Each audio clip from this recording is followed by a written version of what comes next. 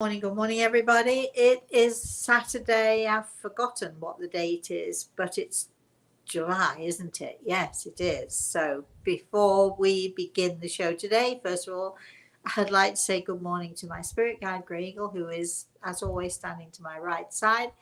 And excuse me, I would also like to say good morning to Chris. Are you there, Chris? I am here. Good morning, Rosemary.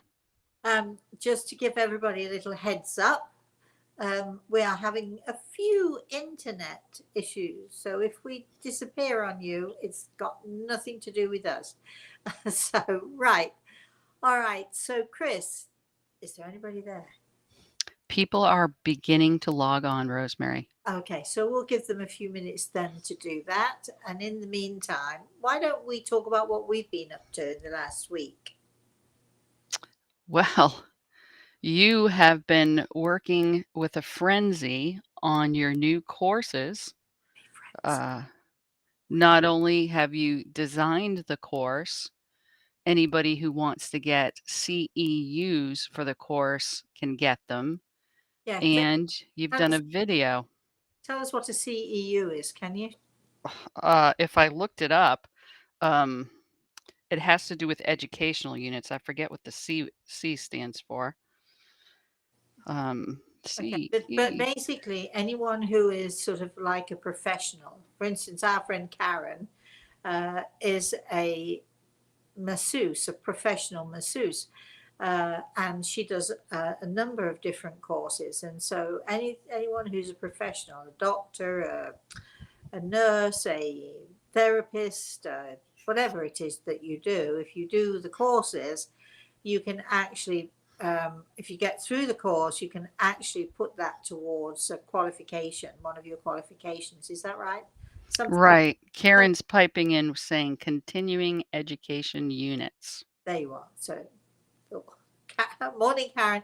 Continuing education units. So I think what happens is basically whatever qualifications a person has, it will boost those qualifications somewhat. The more courses you go on and the more knowledge you gain from different angles, the more you can sort of, put towards the standard of what it is that you do as a professional. I think that's right. So carry on, Chris. Sorry, I interrupted you. Yes, go ahead. Right. So we've been putting all the parts and pieces together to do that, and then you'll be teaching these courses over the semester for the Infinity Foundation based out of Chicago. That's right. And Right. then you've But just let's be clear, because I don't want anyone thinking that, well, I'm not a professional, so that means I can't join. That isn't the case at all. Anyone can come and participate in these courses. Anyone can come and participate in the learning process, because it's very much like we do our online courses or we do our seminars or what have you. So you don't have to be a professional to be a part of this. You can join and enjoy and learn just as everybody else does, and participate. And we'd love to have you there. right. And then at the end of August, you're going to be doing your live in person event in Connecticut. So that's August 27th. Yes, August 27th, the last weekend of summer, supposedly. And I know it's a bit tricky for a lot of people at that time of year, because people are sort of making the most of the summer. They are still on vacations and so on. But we did it because I'm there. I should be there in New York in August, and Connecticut is just a hop and a skip away. So we thought we'd just go and visit Christy, who is organising all of this for us, and we're just going to have a great time. And I shall be live there, so you can come. I can sit on your lap. I can give you a hug. You can ask me questions, and I'll answer them personally to you, in person to you. And it's been a long time since we've been able to do anything in person because of COVID and because of everything else going on. People have been a little nervous about all of that. But anyway, so we are now out, we are free, and we're really looking forward to our first actual, real, live, in person. I shouldn't say live because we're live now, but live and in person in Connecticut event. So we're really looking forward to that. It'll be a Saturday morning. It'll be 3 hours on a Saturday morning, and I will be showing you how to, oh golly, raise your level of consciousness, become more aware, become more in tune with your own self. I'm going to describe to you how you can learn to listen to the heartbeat of your soul. Does the soul have a heartbeat, you might ask? And it does. And does the soul have a voice? And it does. And if you are able to connect with your own soul and with the heartbeat of your soul, then you become more sensitive, more aware, and you're able to connect in a better way, in a stronger way, with those in the spirit world. So basically, it is going to be a learning program which helps you to raise your level of consciousness and to help you to become more sensitive and to become more aware, not just of your own spiritual self, but also to become more aware, more sensitive of the spiritual world that surrounds us all. And let's not forget, while I'm there, many people would think that this would be the most important thing that I would be doing there, and that would be, yes, I'm going to be connecting with the spirit world. I'm going to hold your hand as I give you a message. If you're one of the lucky ones to get a message, you could hold your hand and give you a message from your loved ones in the spirit world, and we're going to be doing quite a bit of that throughout the morning. Will we be able to pack it all in? I don't know, but we'll give it a darn good try. So carry on, Chris. Keep going with what we're up to.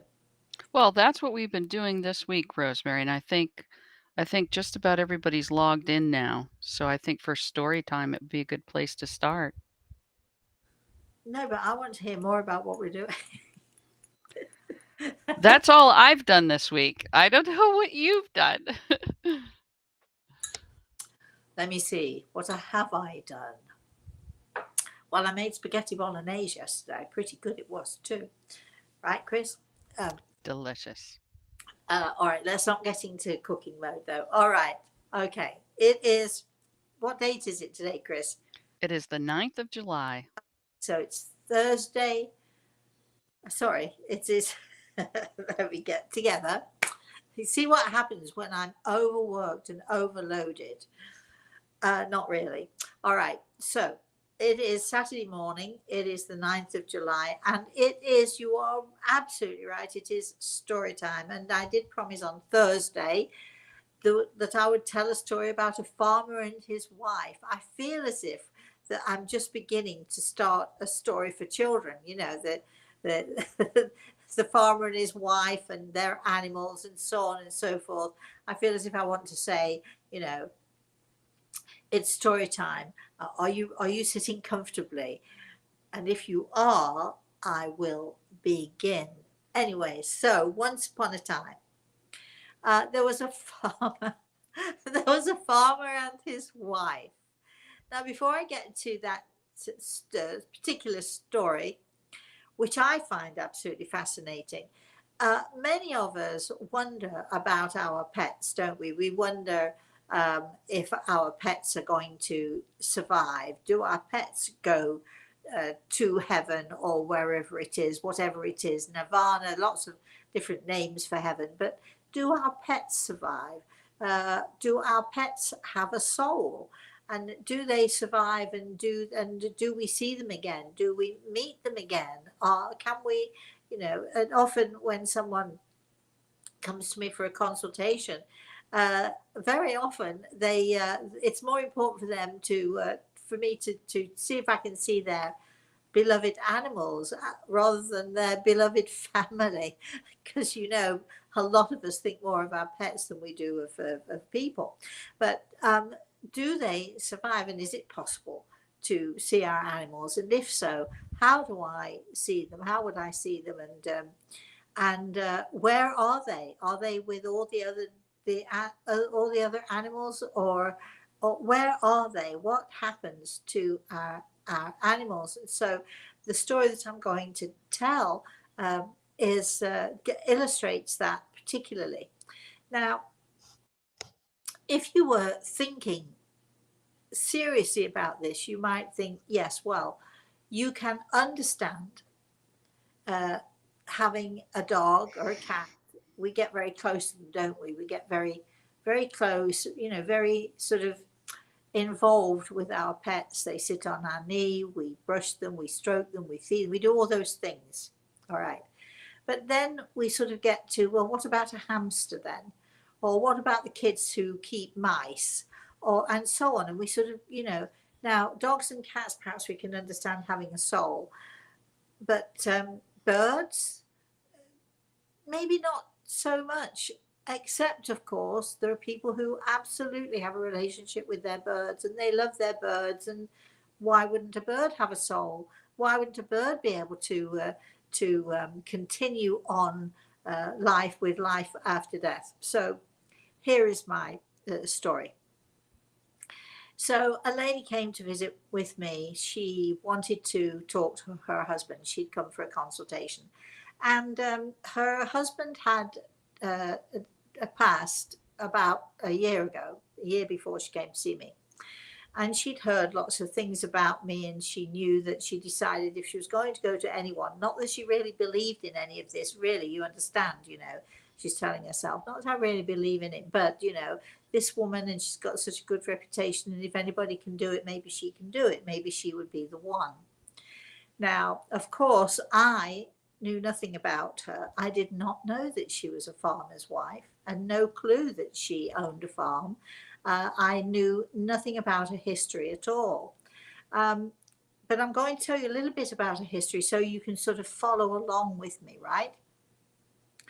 She worked alongside her husband. They had a very nice farm. It was very productive. They had cows and sheep and all the things you would manage on a farm. And Greg is reminding me they had pigs on the farm. They had all of these fabulous animals on the farm. And of course, they had dogs and cats as well. However, they had two pets, very large and very aggressive geese who, let's say, they were better than any guard dog you could ever imagine. They walked the farm. They kept strangers from the farm. They let the farmer and his wife know when anyone appeared on the farm or when anyone was coming up the driveway. They would bark like dogs barked. And anyway, the farmer and his wife were extremely, extremely fond of these two geese. They were, in fact, like their own personal friends, and so they had a relationship with the geese. Now, remember, I didn't know any of this at all. I knew nothing about the farm. I didn't even know she was a farmer's wife. And when she came to me, she first of all said to me, I just want to give you a heads up, Rosemary. She said, you know, don't mean to be rude when I say this, but I don't really believe in any of this stuff, you know. So, you know, I don't know quite what I'm going to do, but I'm trying to be open-minded about it. So, okay, so we begin. And I don't know quite what she was expecting. But the very first thing I saw was a man who happened to be the farmer. I didn't know that at the time. And remember, I didn't know that she was a farmer either.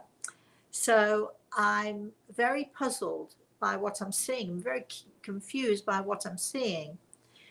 And I didn't quite know how I was going to tell this lady what I was seeing, because it didn't really make any sense to me. And it was the oddest thing, one of the oddest things that I've ever seen when I see people in the spirit world.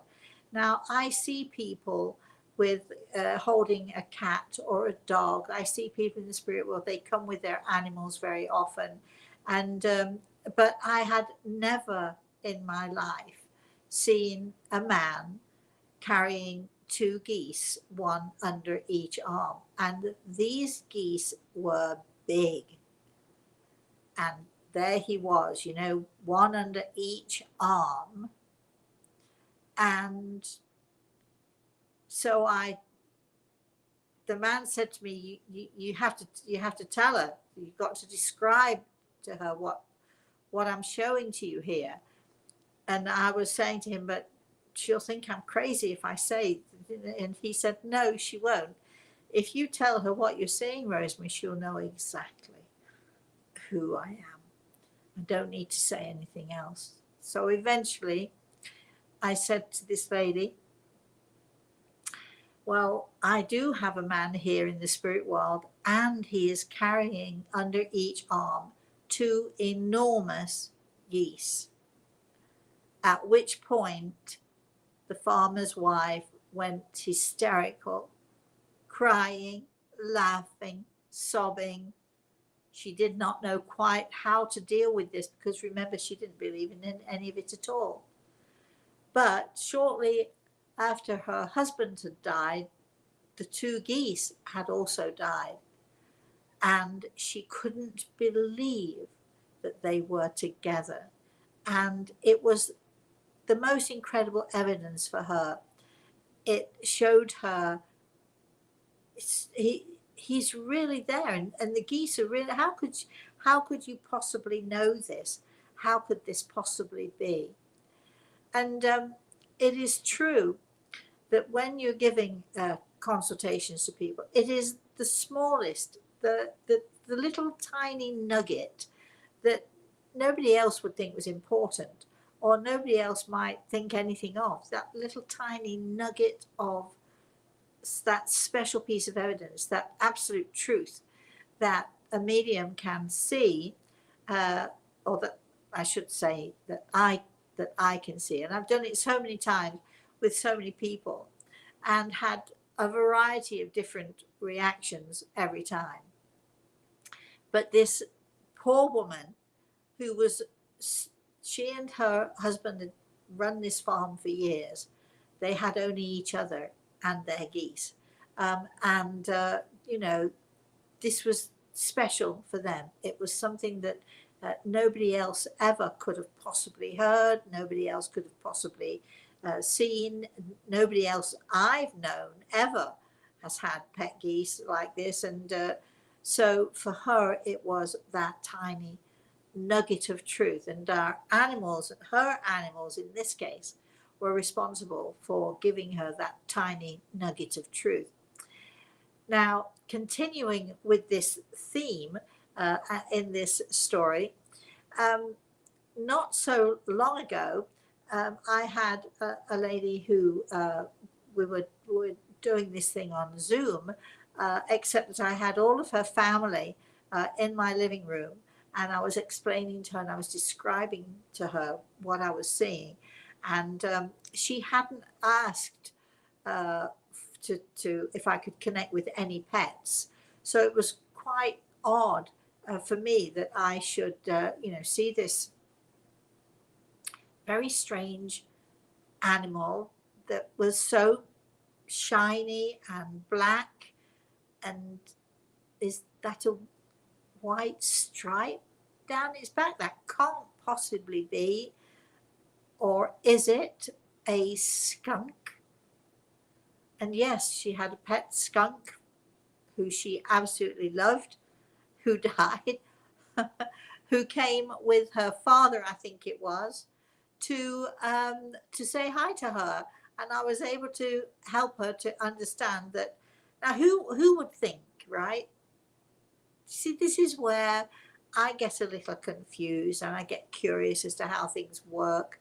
And I don't understand how things work a lot of the time.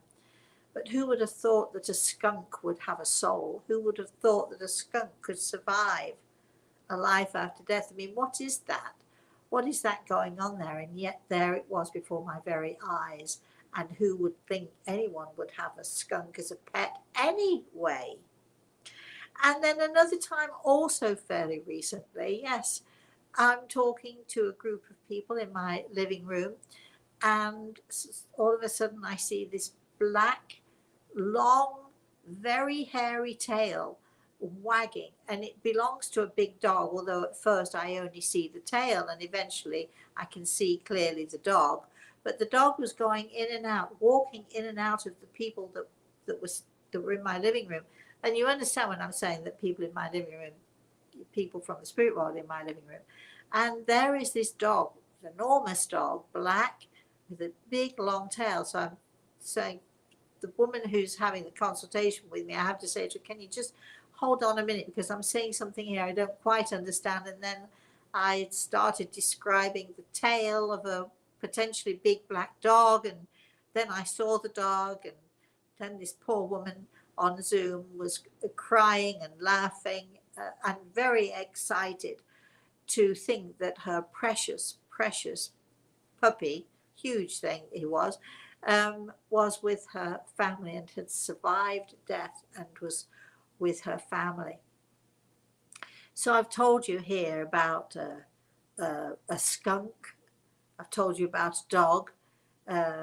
Yes, and I've told you about two geese, and we can go on forever because I have seen animals who you would never associate with an animal that has a soul. I'm not quite sure why. Why wouldn't we associate wild animals without souls? But yet they do have souls, and yes, they do survive death, and also, yes, they do come visit us from time to time, um, being safe with their family and enjoying their life in a way that we find perhaps a little bit difficult to understand, but it happens anyway.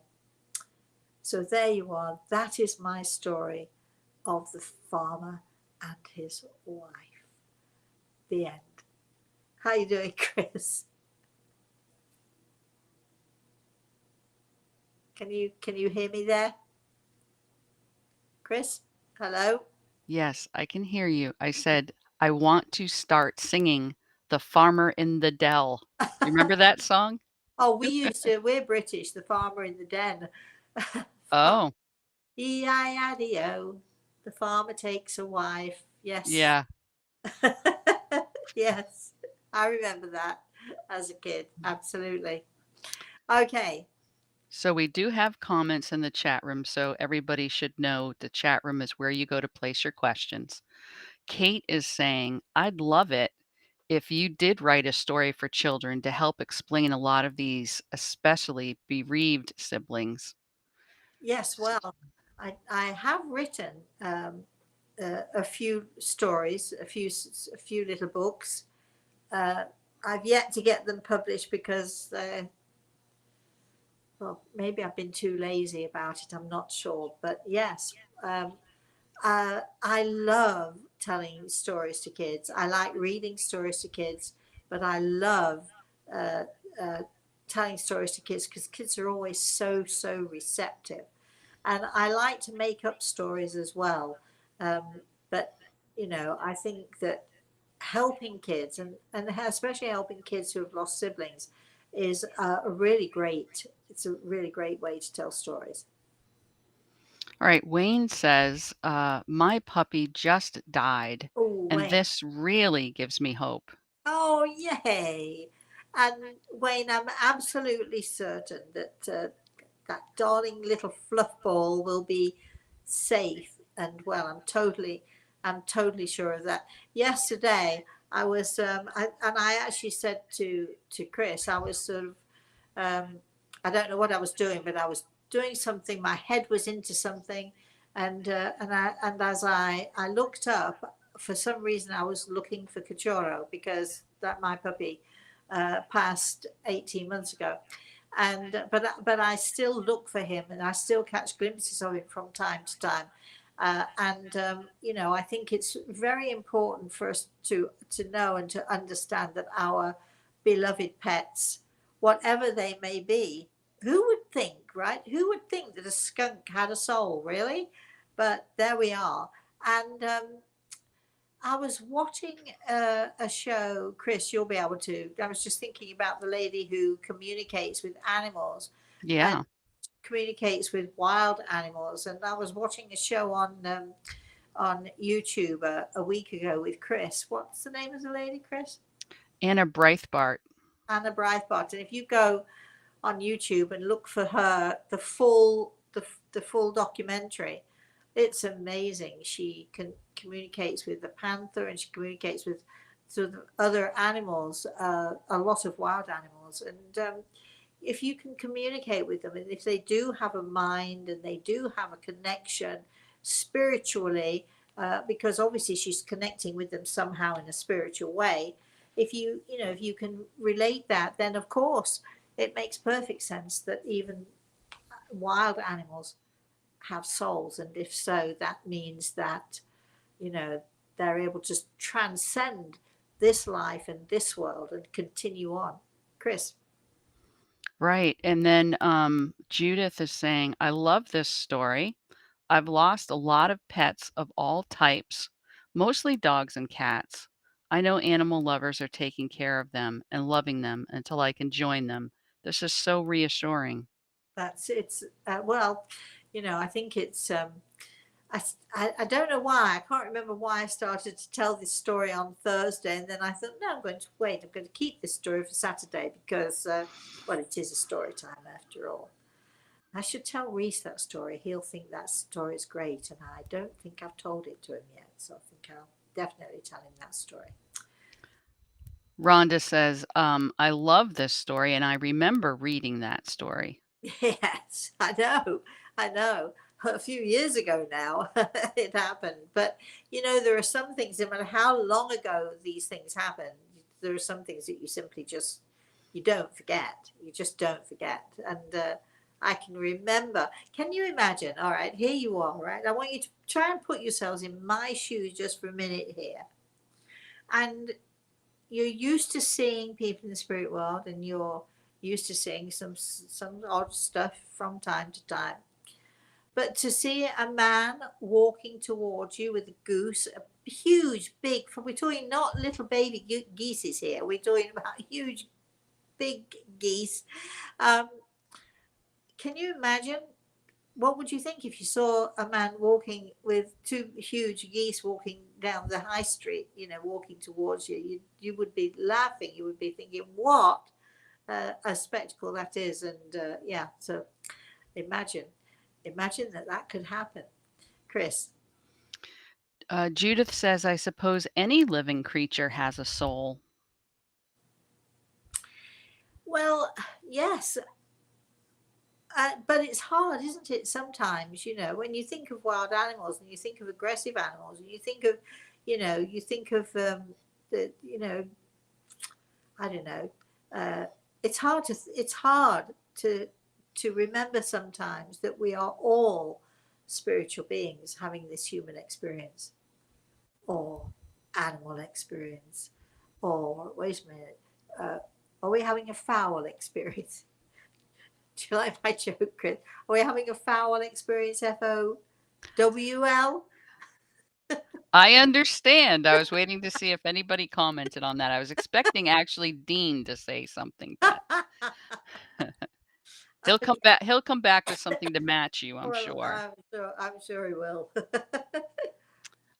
Let's see. Marlo says, when my cat died, I felt her lay on the foot of my bed one night, and I hear cat's paws on the floor. I was sure she was safe. Yeah, that's how nice is that? That's lovely. That is lovely. Well, you all know that I see my puppies often, very often. So keep going, Chris. Carolyn says, I love this story. It's amazing. I wonder if our dogs with us communicate with us in the language of the universe. My cavalier seems to talk with me just by staring at me. Well, I think it's been proven again and again that our animals do try to communicate with us, and they try to communicate with us on that, I suppose some people might say, telepathic level. I know that our animals have lots to say to us, and it was. Can we tell the story about Moonlight, Chris? I mean, Yeah, I was just thinking the same thing. It would be appropriate at this time. So, Chris, as many of you know, Chris is staying with me right now, and so is her cat. And I'm not a cat person. Just saying, not a cat person. Anyway, so we'd been watching the show that I just talked to you about with Anna Bryce. What is it? Her name? I've Bryce. seen 2 different I've seen 2 different last names, either Breitenbach or Breithbark. I'm not sure Yeah, I which it think it's is. Bryce Bark, but it's written as Braden Back, but I think it's pronounced Bryce Bark. I think anyway. So we were talking about that, and we were talking about whether we were outside at the time, and Moonlight was sort of doing his um, walk around the pool cage, catching geckos and stuff like that. Anyway, and and every now and again, Chris was actually in the pool, and I was sitting sort of on a bed. We were sitting talking, and every now and again, Moonlight would sort of come and rub his legs up against me, and then sort of lie next to me, um, and um, uh, and I would maybe stroke him a little bit. Anyway, so Chris was talking about the fact that she asked me, how can I talk to animals? And I said, well, I've always talked to my own. I've always had a communication with my own puppies, and and I think it's important for us to understand that our dogs, cats, whoever they are, whatever our animals are, they do try to communicate with us, and it's up to us to see if we can listen to them and see if we can sort of allow us that space within our own mind for the communication to take place. Um, because, and I think it's important for us to know that, because especially when we have an animal who's in pain, uh, because our animals don't really tell us, and dogs are particularly. I don't know what it is. They seem to absorb the pain. They don't. They'll often be in pain and they won't even tell you. And they're in pain because of what's going on with them, but they don't tell you. They don't let you know. And I'm a great believer also that when our animals are ready, they know when it's time for them to go. I'm a great believer, and I've had this experience myself on many occasions. They will let you know, okay, it's time now. You may not like it. You may not want to listen to me when I tell you this, but come on now, it's time. You've got to let me go.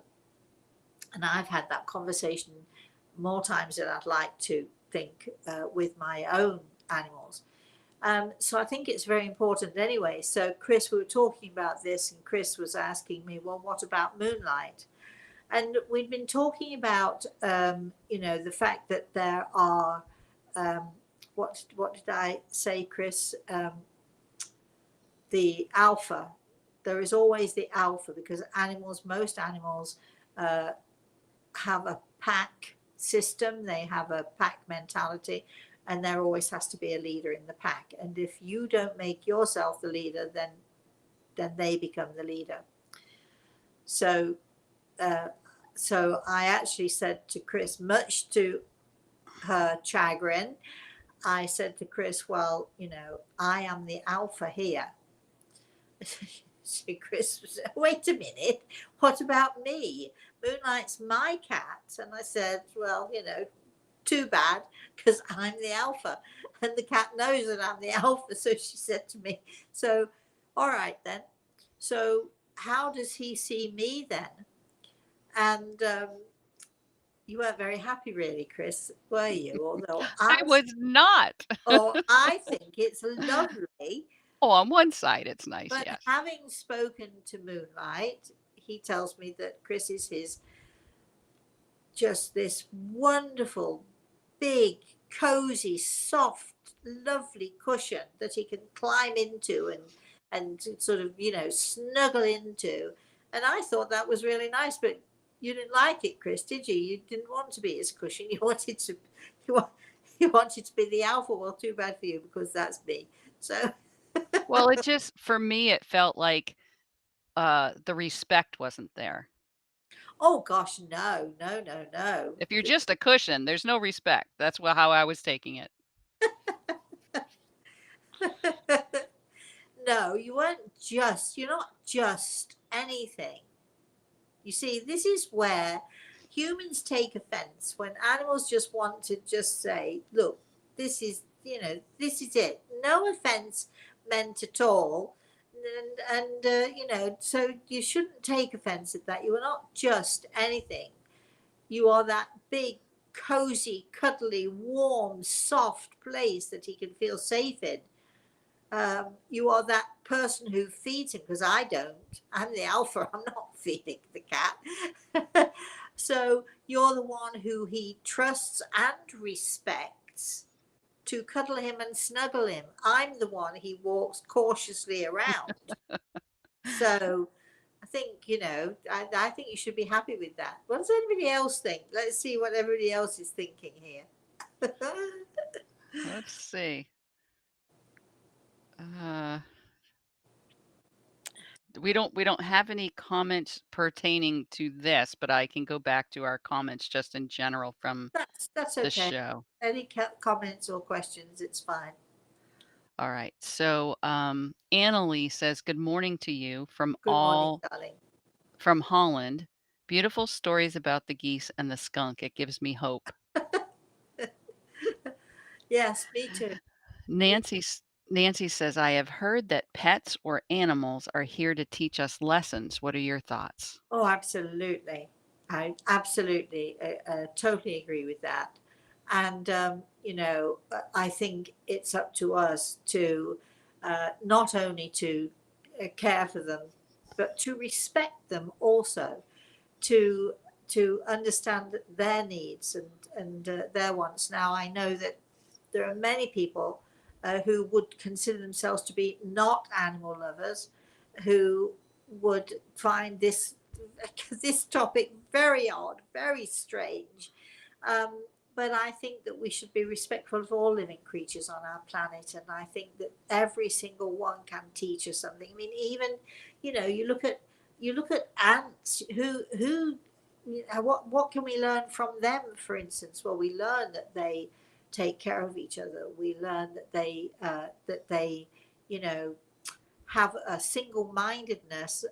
They are, they work in a group situation. If, let's say, if some ants are hurt, the others will come out, carry them back into their whatever it is.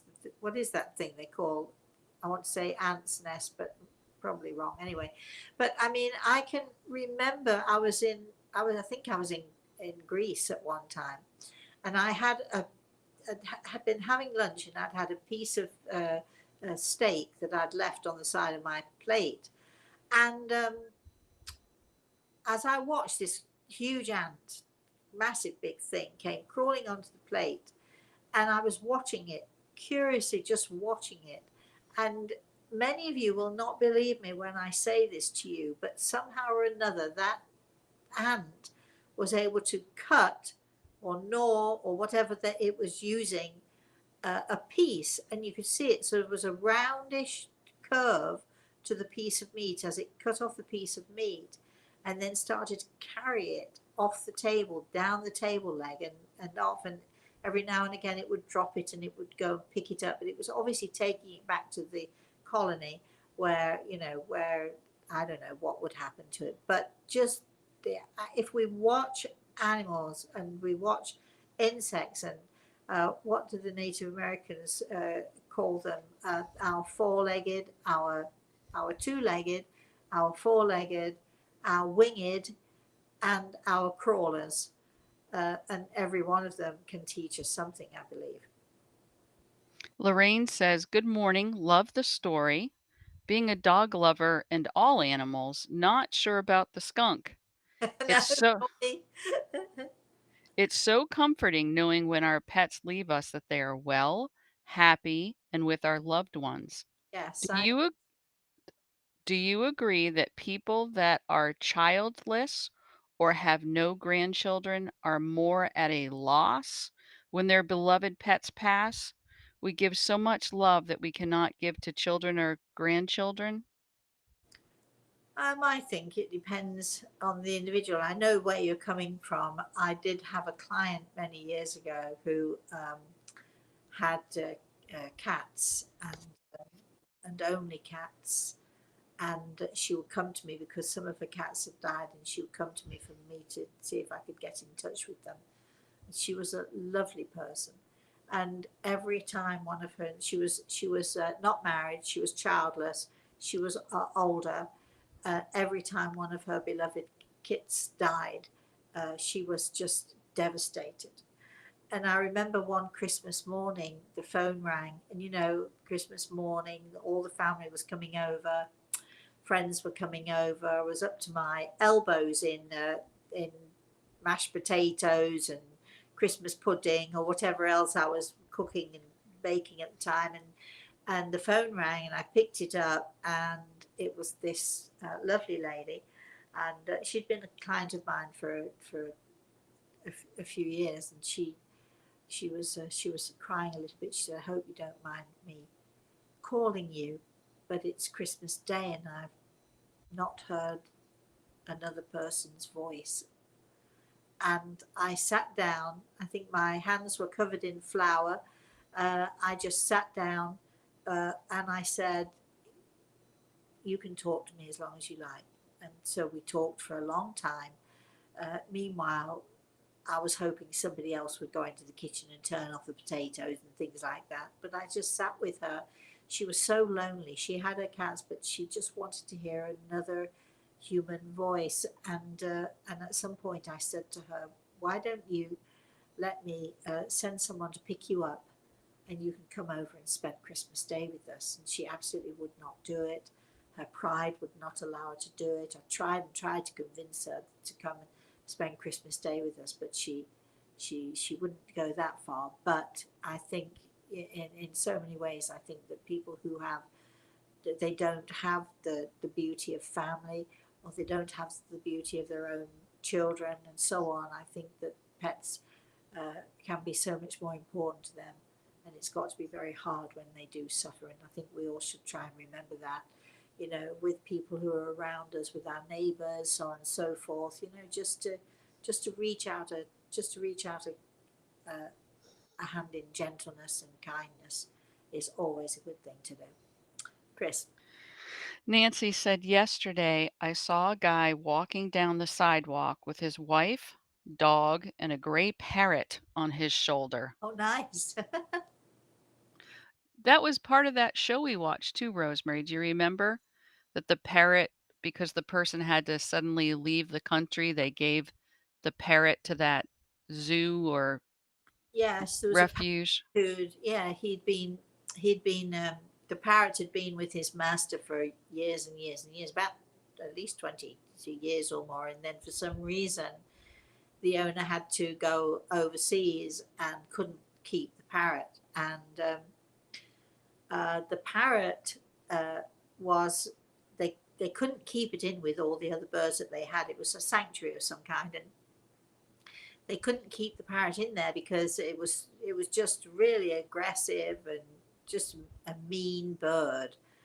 And when the this fabulous animal communicator came, she described the situation, not knowing it. She described the situation with the parrot, and she said the parrot is just so frustrated and so angry that his owner hasn't come back, and he's been abandoned, and he doesn't understand why, and so on and so forth. And then she was able to communicate with the parrot what had happened to the owner, and that, and so on. And it changed the whole attitude of the parrot. He became more passive, more friendly, and they were able to put him in with all of the other birds eventually. So, I love these stories. Don't you love these stories of it's so hard to wrap your mind around the fact that animals have feelings. They have a sense of knowing what's going on. We hear so many times, we hear these amazing stories of when a cat or a dog will somehow or another indicate to a person that they might have a tumor growing in their stomach, or they might have an issue with health that the animal will sit and nudge or point or pay attention to a particular point on a person's body to let them know, because the animal often knows before the human does. I mean, we hear those stories all the time. Amazing, amazing stories. I love those stories. Loretta says the animals that are more primal or wild, those are the ones it's hard to think they may have a soul, but Yeah. I'm sure they must. Well, I urge you to go to YouTube after you've done with this show, of course. I urge you to go to YouTube and take a look at this Anna Brightbeck or Brightbark or whatever her name is. Anyway, just yeah, and just look at the full show that she does. It is truly amazing what she does. I mean, there are lots of people out there who claim to be animal communicators, and we know that some are probably really good, and we know that some are not so good. We watched another uh, uh, thing on YouTube with a person who claimed to be an animal communicator who wasn't what in my didn't do anything for me. That doesn't mean she wasn't good. She just didn't do anything for me. But just to imagine that all of these beings have thoughts, feelings, communication skills. I think it's amazing. I think we live in the most amazing world. We have the most amazing opportunities for learning, for growth, for spiritual awareness, and we only, and that I'm including myself in that. We only see teeny little, you know, thumbnail sketch of what there is potentially out there for us. Nancy was wondering if you'd heard of an animal communicator named Danielle McKinnon. No, I haven't. No, She but does pet communication and teaches it. all right. Okay then. Uh, right. Well, uh, it's interesting, but we'll look her up and see how good she is. I'm thinking of my wonderful, my own special dog whisperer, Fred Bradley. Amazing. He trained my puppies for me. He's the most wonderful, the most kind, the most gentle person. He lives in New York State. And when you saw him with animals, he would know exactly what they were thinking. They would know exactly what he was thinking. He could have a whole pack of dogs around him, and every single one of those dogs would be focused on him, on his face, on what he was saying to them, his body language, everything. He was amazing. Do you remember him, Chris? Absolutely. Love the man. Just love him. All right, so I think we're getting close to time now, right?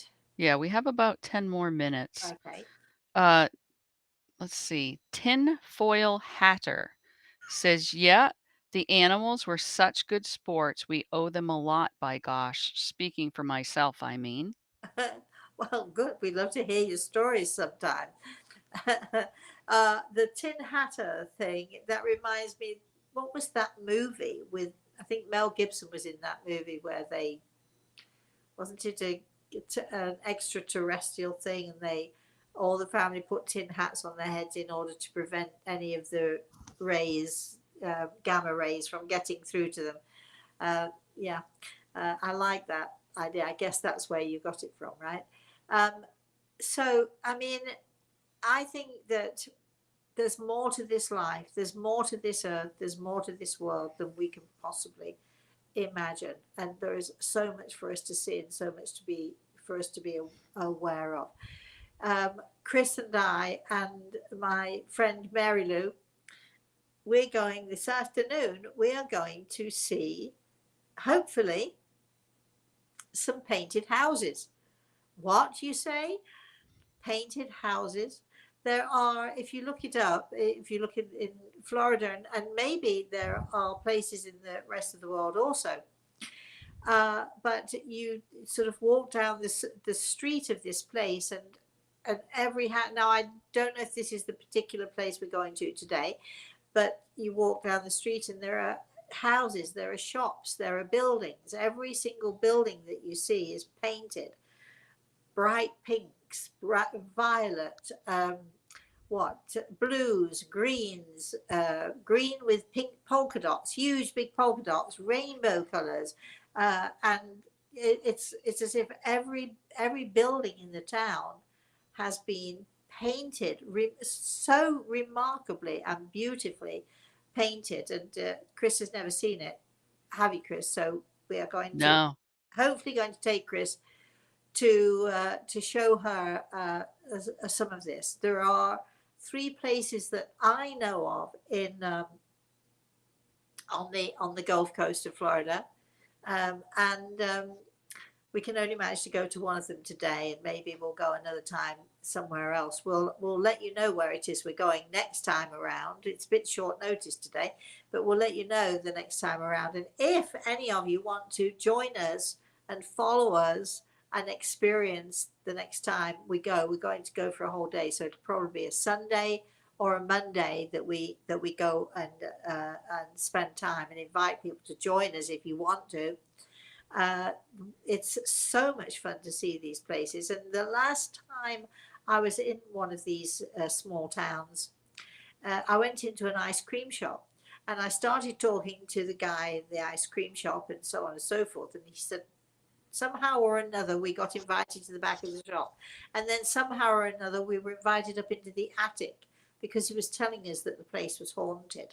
And I said, well, do you mind if I take a look around? And I told him what I did. He said, come on in, I want to know. And sure enough, we went up into the attic space, and this town's an old town. I think, sort of somewhere back in the 16th or 17th century, some of the old buildings there.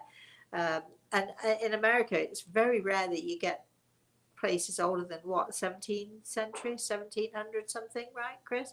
Well, But anyway, 1620 was the Plymouth Landing. right. So I was able to go up into the attic, and sure enough, I won't say that the place was necessarily haunted, but there were so many tales to tell, and I saw so many people in the spirit world just waiting to tell stories. And it was also a place of pirates. And if you do your homework on in Florida, you'll see a lot of pirate activity went on along the Gulf Coast of Florida. So that's what we're going to be doing this afternoon. We're going to be exploring. I don't know if we'll come across any pirates, can't guarantee that, but anyway, we're going to go exploring and taking a look at these painted houses. What are you all doing? Are any of you having any particular fun? We want to hear about it. So, the next time we see you, get ready with your stories, because we'd love to hear what you've been up to also. It's not just about what we're doing. It's not just about me. Is it just about me? Maybe it's all about me. Oh, well, we want to know about you, and we want to know about what you're up to. We'd like to know about your kids. We'd like to know about your grandkids. We'd like to know about you personally. Are you a healer? Are you a nurse? Are you a doctor? Are you a technician? Are you what? Are you one of those couch potatoes? What do you do with your lives? What are you up to? We'd love to know all of those things about you. So please feel free to let us know when you join us next time. A little nice tidbit about your own self, or maybe something you did the day before. Everybody's got a story also. I don't know if you've ever seen Graham Norton, the Graham Norton show, because I'm talking British now, the Graham Norton show, but you can get it worldwide, and you can go on YouTube and watch Graham Norton, and he's amazing, he's fantastic. And he has the red chair, and people sit in the red chair, and they're supposed to give you the best story they possibly can that happened to them. And sometimes Graham Norton says, if this is the best you can do, you must live a boring life. Who knows what we're going to find interesting? We would love to hear from you anyway. You could be in our red chair. We should do a red chair, Chris. What do you think? Why wouldn't we do a red chair? Anyway, it's time. It's done. we're closing. Is there anything else that we need to hear about, Chris, before I finish the show today? Not if you're closing. Well, what then? Marlos wants to know, are there snakes in heaven? Oh, do you know, I thought of that myself and I avoided that question. So I shouldn't have. I don't know. I don't know. I'm not going there right now. Anything else, Chris? Lorraine wants to know um, about cracking up, when it's going to be rescheduled. Oh, we're so sorry. I meant to say that first of all, and then I got carried away with other things. We did cracking up yesterday. We hope you enjoyed it, those of you who watched. And unfortunately, um, one of the girls, their internet went down, and we could only look at them sideways, and we couldn't hear a word they were saying. So what we've done is we've rescheduled our cracking up, and we shall be doing it next Friday at 5 p.m. Eastern Standard Time. So if you want to join us for cracking up, that's when we'll be doing that.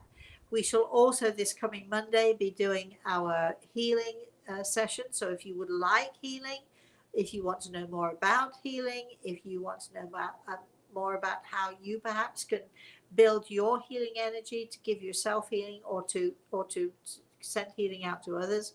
Uh, when we do our healing shows, we cover many of those topics. So please join us. It is 10 a.m. Eastern Standard Time. We'll be doing our healing show on Monday. Uh, just a reminder, on the 27th of August, we shall be in Connecticut. I shall be there. It'll be fun. We'll have such a great time. And we'll let you know more about the other seminars and workshops and so on that are coming up. Uh, as the dates are confirmed for us, we'll let you know. But there's definitely, the Connecticut date is definitely confirmed. So I should be there in Connecticut on the 27th of August at 10 a.m. on Saturday morning. All right, that's it. I'd like to say thank you to everybody for joining us. We hope you enjoyed the stories. We hope you enjoyed the show. Thanks to Chris also. You did a great job as usual. We're off to see the wizard. Oh no, we're off to see the painted houses. Yes, that's where we're off to today.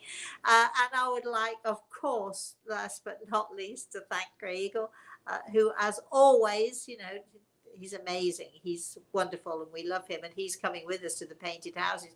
You never know what we might be discovering today. Maybe nothing, maybe something. We'll let you know. We'll let you know the next time we're around. Until I see you all again, please, please, please have a very blessed rest of the day, everybody, and have a very blessed weekend. Bye bye.